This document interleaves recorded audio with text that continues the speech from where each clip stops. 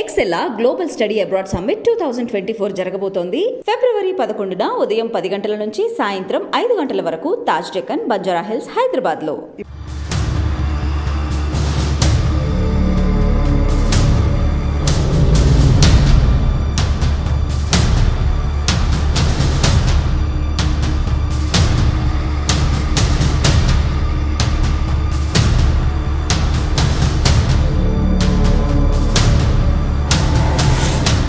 అన్న, మీరు నల్లమలలో చెంచులు ఏరియాలు ఉండే మీరు పార్టీ ఎందుకు మీకు పిలిచింది? పార్టీలకు వెళ్ళిన తర్వాత ఆంజనేయుల పేరుని పక్కనగా ఎందుకు మార్చింది? ఇంకా ఊళ్ళో జరిగిన అన్యాయం చాలా ఘోరంగా ఉన్నది సార్. బీసీ వర్గానికి సంబంధించిన వాళ్ళు మా వాళ్ళని సోర అమ్మాయిలని మా అమ్మలని మానభంగాలు చేశారు సార్. ఎక్కువ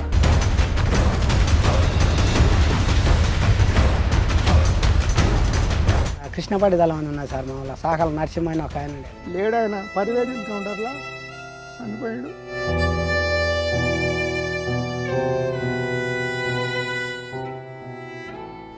ఇరవై సంవత్సరాల పార్టీలో ఉన్నప్పుడు మీరు చేసిన దాడులేవి?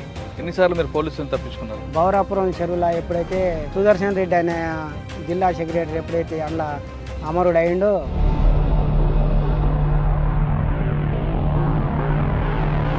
దాడులు ఓపెన్ అయినాయి. ఓపెన్ అయిన తర్వాత ఈ పోలీస్ వ్యవస్థ అనేది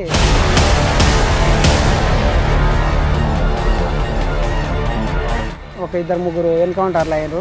20 సంవత్సరాల్లో మీరు చేసిన దాడులు ఒకటి చెప్పండి, బాగా గుర్తుండిపోయింది. ఇంకా దాడులేని దాడు సార్. ఈ పెదకొత్తపల్లి పోలీస్ స్టేషన్ మీద ఒక పెళ్లి బృందం లాగా వచ్చి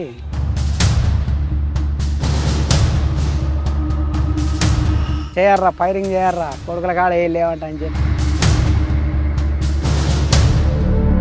9 తుపాలు తీసుకుని వెళ్ళిపోయినాం. అంటే మీరు దాడులు చేయడం అనేది పార్టీ నిర్ణయమే చేసేవారు, కానీ ఒక్కొక్కసారి మీరు కూడా తప్పించుకున్నారు కదా, బాగా గుర్తుండిపోయింది చెప్పండి. మైలారం గ్రామానికి గుంటూరు రామలు వస్తున్న ప్రచారం తెలియజేసాం. ఆ బాటలకు వెళ్ళి 70 మంది పోలీసులు మమ్మల్ని చుట్టుముట్టారు. మేము ఉన్నది ఇద్దరమే.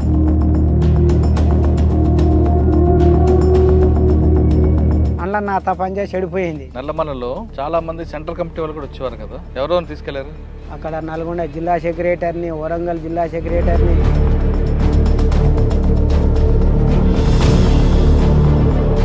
ఒక పిట్ట సిగ్నల్ లేకుంటే ఒక జంతువు సిగ్నల్. ఏ జంతువులాగా అరిచేవారు? ఎక్కువ దుప్పులాగా అరిచేది అని.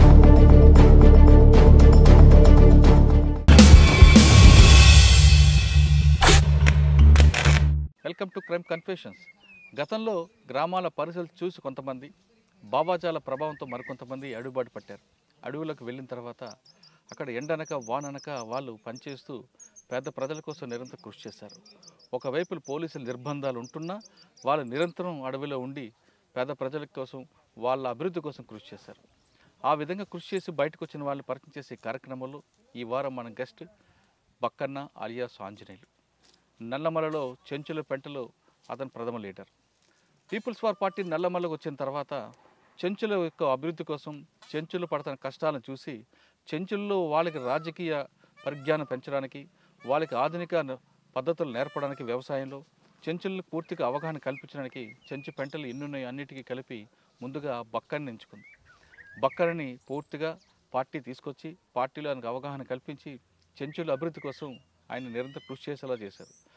పీపుల్స్ వార్ పార్టీ నల్లమలలో ఉన్నప్పుడు ఏ విధంగా ఉండేది, అప్పుడు బక్కనని పీపుల్స్ వార్ పార్టీ ఎందుకు ప్రత్యేకంగా బక్కనని ఎంచుకుంది, ఆంజనేయులు బక్కనగా మారడానికి ప్రధాన కారణం ఏంటో ఆయన తెలుసుకున్నాం. అన్న నమస్తే. నమస్కారం సార్. బక్కన్న అలియాస్ ఆంజనేయులు. అమ్మ నాన్న పెట్టిన పేరు ఆంజనేయులు, పార్టీ పెట్టిన పేరు బక్కన్న. అన్న, మీరు నల్లమలలో చెంచులు ఏరియాలు ఉండే మీరు పార్టీ ఎందుకు మీకు పిలిచింది? పార్టీలకు వెళ్ళిన తర్వాత ఆంజనేయుల పేరుని బక్కన్నగా ఎందుకు మార్చింది? మా ఊర్లో ప్రధానంగా సార్ బీసీ వర్గానికి సంబంధించి ఆంధ్ర వలసవాదులు వచ్చేది సార్. ఇక్కడ భూములు మొత్తం మాయ ఉండేది. అంటే నల్లమలలో ఎక్కడ ఏ ప్రాంతాల్లో చెంచులు చెప్తా. ఈ ఊరికి సంబంధించి చెప్పినాక తర్వాత పెంటలల్లాగా మాది ఊళ్ళ నుంచి వెళ్ళినాక తర్వాత పార్టీ పిలుపుతోటి ఇంకా పెంటల. ఏ ఊరన్నా? అది ఉడిమిల్ల. ఇప్పుడు పదర మండలం, అప్పుడేం అమరావతి మండలం అనేది, ఇప్పుడేం పదర మండలం. ఇంకా ఊళ్ళో జరిగిన అన్యాయం చాలా ఘోరంగా ఉన్నది సార్. అప్పట్లో మా వాళ్ళు తాగుడకు బానిసలై తాగి బట్టల మీద సొయ్యి లేకుండా పండుకునేవాళ్ళు. ఆంధ్ర వలస సంబంధించి వచ్చినటువంటి వాళ్ళు, బీసీ వర్గానికి సంబంధించిన వాళ్ళు సరే ఇంకా కులాలు చెప్తే ఇంకా మళ్ళీ ఇది ఎక్కడన్నా పోతే మళ్ళీ అది బాగుండదులే కానీ బీసీ వర్గానికి సంబంధించిన వాళ్ళు మా వాళ్ళని సోర అమ్మాయిలని మా అమ్మలని మానభంగాలు చేసేసారు ఎక్కువ. మేము అప్పుడు 10-12 ఏళ్ళు అట్టుంటాయి మాకు. అట్టుండి మేము కొద్దిగా మనకు కొద్దిగా దగ్గర ఉన్నటువంటి వాళ్ళ కాడ జీతాలు ఉండి బతికే వాళ్ళం మేము. ఈ జీతాలు ఉండి బతికేటువంటి క్రమం వల్ల మేము వాళ్ళ కాడ నుంచి వస్తుంటే మా వాళ్ళు తాగి బజార్లో పండుకుంటుంటే వీళ్ళు భంగం చేసి వెళ్ళు ఇక్కడ పండుకుంటే ఆ సైడ్కు తీసుకుపోయి భంగం చేసేవాళ్ళు. భార్యలని పిల్లల్ని ఆడవాళ్ళ మా అమ్మ వాళ్ళని మా అక్క వాళ్ళని వేరే జాతికి సంబంధించిన వాళ్ళని కూడా ఇట్లా భంగం చేసుకుంటూ అట్లాగే గొర్రెలు మేకలు ఈ కోళ్ళు ఇట్లాంటివి ఉన్నా కూడా వాటిని దొంగతనంగా తీసుకుపోయేది, వాటిని కోసుకెళ్ళేది. మళ్ళీ తర్వాత తిరిగి మా మీద మేము దొంగలం అని చెప్పి మమ్మల్ని పట్టుకొని చెట్లకు కట్టేసి కొట్టేశారు వాళ్ళు, బీసీ వర్గానికి సంబంధించిన వాళ్ళు. దీని ఇంక అప్పుడు ఎట్టా ఇది రక్తం ఉడుకుతుంది. దీనేమో దొంగతనం చేసేటోళ్ళం మేము కాము. ఈ కొడుకులు దొంగతనం చేసి మా మీద నెట్టి మమ్మల్ని తంతురు, మా అమ్మల్ని భంగాలు చేస్తారు. ఇది ఎట్ట చేయాలో మాకు ఎవరు లేడు, వెనక ముందు ఎవరు లేడు. అప్పుడు పోలీస్ స్టేషన్లో ఒక జీబు వచ్చిన వెంటనే మాకు ఆ సపోర్ట్ వింటేనే మేము పరారయ్యేది. ఎవరో వస్తురు పట్టుకుపోతారు అన్నట్టు మేము పరారయ్యేది. ఆ పరిస్థితులలో మాకు ఎవరు లేరు అండ. అప్పుడు పీపుల్స్ వార్ పార్టీగా శేషన్న నాగన్ అని చెప్పి మాకు వచ్చారు సార్. ఇంకా అప్పుడు మేము మేకలు కాస్తాం. మేకలు కాసుకుంటూ ఉంటే అడవులలో కలిసేది, మాకు సద్దులు తెచ్చేది. మేము ఆకలితో ఉంటే వాళ్ళు కూడా ఆకలితో ఉండేది పాపం. దాంట్లోనే వాళ్ళు తినేది, మేము తినేది. మాకు ఈ విప్లవ రాజకీయాలు చిన్నగా ఎవడు ఏం కథ, మీ ఊళ్ళో ఎవడు పెద్ద మనిషి, ఎవడు పెత్తనం చెలాయిస్తున్నాడు, ఎవడేం చేస్తున్నాడు అనేది వివరాలు పూర్తిగా తెలుసుకున్నారు సార్ వాళ్ళు. తెలుసుకున్న తర్వాత ఇంక అప్పుడు మమ్మల్ని ఒక సంఘం తయారు చేశారు. రాడికల్ విద్యా యువజన సంఘం అని తయారు చేశారు. ఆ యువజన సంఘం వల్ల పని చేసుకుంటూ ఉన్నాం. ఇంకా బీసీ వర్గానికి సంబంధించిన ఆయన కాపాయన, వాడు దొంగతనం చేసేది, వాడే నిలబెట్టి తన్నేది, మళ్ళా వీళ్ళని మా మీదకి తనని పంపించేది. వాని విషయాలు మొత్తం చెప్పుకుంటూ వచ్చినాం పార్టీకి చెప్పుకుంటూ వచ్చిన తర్వాత ఒకరోజు వాళ్ళ మధ్యలో ఇంకేదైనా కానీ ఇంకా సస్తే సస్తం బత్తే బతాం తాడో పేడ తెలుసుకోవాలా అని చెప్పి పార్టీకి చెప్పిన తర్వాత వాని మీద దాడి అనేది చేశారు. పార్టీ వాళ్ళు వచ్చారు, మా సంఘాన్ని పెట్టారు. అప్పటికి సంఘము గ్రామ రక్షక దళం అని చెప్పి మళ్ళా రాడికల్ యోజన సంఘంగా ఉండి మళ్ళా అందులోనే మళ్ళా ఇది మా గ్రామ రక్షక దళం అని చెప్పి ఒక దాని పార్టీ మెంబర్షిప్ ఇచ్చి గ్రామ రక్షక దళంగా ఏర్పాటు చేసి మమ్మల్ని గ్రామ రక్షక దళం అని పెట్టారు. ఆ గ్రామ రక్షక దళం కింద ఒక 8 మంది ఉంటుంది. మేము ఆ 8 మందిలో వీళ్ళ మీద దాడి.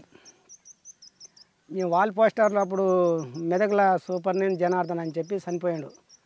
పార్టీ ఆ వాల్ పోస్టర్లు అతికియమని చెప్పి పంపించింది మమ్మల్ని. ఇప్పలపల్లి, మారాడుగు, మధ్యమడుగు ఏరియా మొత్తం అంటించి నైటే మళ్ళీ మా ఊళ్ళో మేము అంటియాలని చెప్పి మేము ఈ టైం అప్పుడు బయలుదేరుతున్నాం. వాడు బాగా తాగిండు. మా మామనే సొంతం దగ్గర, మా మామకి 2 పెండ్లాలు తాగిన్నారు. వాడు బీసీ వర్గానికి సంబంధించిన వాడు, బాగా దాదాలే వాడు, ఇప్పటికి ఉన్నాడులే కానీ దాదావాడు. వాడు ఆమె మీద ఇద్దరు కలిసిమెలిసి ఉండరు. మా మామ చూసి ఇద్దరు పట్లు పడుతురు. గొడవ వాడు తనడం, ఈయన తనడం, వాడు తనడం, ఈయన తనడం. ఇదే సందర్భం టైం వల్ల మేము వాల్ పోస్టర్లు వేసుకుంటూ ఆడిపోయినాం. పోయటానికి ఇది అవుతుంది. ఇంకా వాని సంపాదనే మాకుంది. మా మామ మీద వీడు ఫైటింగ్ చేస్తున్నాడు. మా దాంట్లో ఒకడు ఉన్నాడు, మా మావుడే, వాళ్ళ మామ సొంత మేనమామ వాళ్ళకి రాయి తీసుకొని రాయి లేపాటి తలకాయ మీద వేస్తే వాడు తలకాయ అన్నాడు. వాడు బతికిపోయాడు. ఇంకా తర్వాత వాళ్ళని మొత్తం తోలుకొచ్చాడు సార్. ఇంకా తోలుకొచ్చి బరిసెలతోటి వాటితోటి మొత్తం మాకు తడికలు ఉండే మత్తు వేసేది, మత్తు మీద సామాన్ అవి పెట్టుకునేది. ఆ బరిసెలతోటి మత్తు మీద ఉండేమన్నాడు. బరిసెలతోటి గుద్ది మా వాళ్ళని తన్ని, మా వాళ్ళని బంగాలు చేసి ఇంకా వరిగలు ఉండి అప్పుడు వరిగలు, జొన్నలు, సద్దలు వీటన్నిటిని సిలిండం భంగం మొత్తం చేసి మమ్మల్ని అందరినీ పరారు చేశారు. ఆ వర్గానికి సంబంధించిన వాళ్ళు. మేము పరారైనాం. పరారైనాక మళ్ళీ వచ్చి వీళ్ళని తన్నాల మేము పోవాలని మళ్ళీ మేము పోయినాం. అయినా మేము తక్కువ సంఖ్య అయినా వాళ్ళేమో ఎక్కువ సంఖ్య మమ్మల్ని పరారు చేశారు. పరారు చేసిన తర్వాత పార్టీ అక్కడ మారాడికి వెళ్ళా. అక్కడ నుంచి మళ్ళీ మాకు వెళ్ళి వస్తుంది, ఈ విషయం ఫలానా వాళ్ళని ఉడిమిళ్ళ వాళ్ళని ఇట్లా కొట్టిర్రంట, చేసిర్రంట, వాళ్ళు సాగు బతుకులలో వెళ్ళిపోయారంట అని పార్టీకి తెలిసింది సార్. ఇంకా మా కాడ కత్తులుండే, గ్రామరక్షక దళం కాబట్టి కత్తులుండే, బాంబులుండే, ఇవన్నీ ఉన్నాయి. ఆ బాంబులు మేము బాంబులు ఉపయోగించలేదు. ఏమైనా కత్తులు చైన్లతోటి వాళ్ళ మీద దాడికి పోతే మా గీన్లు మొత్తం గుంజుకున్నారు, మమ్మల్ని పరారు చేశారు. పార్టీ అక్కడ ఉండే వాళ్ళ కత్తులు వాళ్ళ చైన్లు ఏవైతే ఉన్నాయో వాళ్ళకి ఇస్తేనే సరిపోయింది, లేకపోతే మీ ప్రాణాలు పోతాయని చెప్పి హెచ్చరిక చేసి వాళ్ళకి పంపించింది. మా కత్తులు మా చైన్లు అన్నీ ఇచ్చారు. ఇంకా ఊళ్ళో ఈ మమ్మల్ని అయితే ఎవరైతే కొట్టారో వాళ్ళందరూ పరారయ్యారు. మేము ఆడి పరారు, వాళ్ళేమో వాళ్ళ ఊర్లాగా వాళ్ళు పరారయ్యారు. వాళ్ళు నమ్మలాగా ఉన్నారు.